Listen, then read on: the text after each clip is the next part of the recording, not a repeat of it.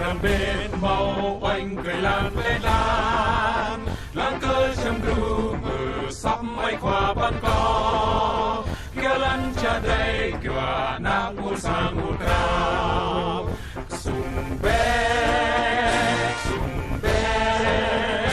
và khi nai chim này cũng rò sung bé và lời nghĩa xin cơ lan cha đây Riga tu nira na cơ lan cha vang tia lan ta ngư khu một lầy đã bên nam linh khang răng gang tìm gom hòn núi buôn xa răng gang lúc nam định ya lan bay sang trò nục người nam lan nhạc vang cha đi để gai nghĩa nục người nam cha đi gai nghĩa trong rừng hoang lạ nục người nam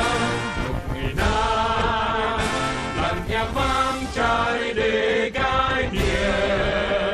nục người nam cha đi gai nghĩa trong rừng hoang lạ cha đi gai nghĩa trong rừng hoang lạ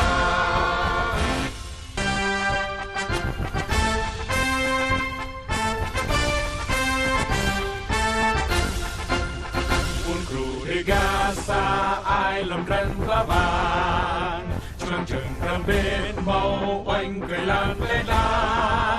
lan cơ chăm ru mờ sắp mây qua ban co kia lan cha đây kia na mu sang mu trao sung bé và khi nai chim này cũng rò sung bé và lời nghĩa xin cơ lan cha đây Riga tu nira na cơ lan cha vang tia lan ta ngư khu một lầy đã bên nam linh khang răng gang tìm gom hòn núi buôn xa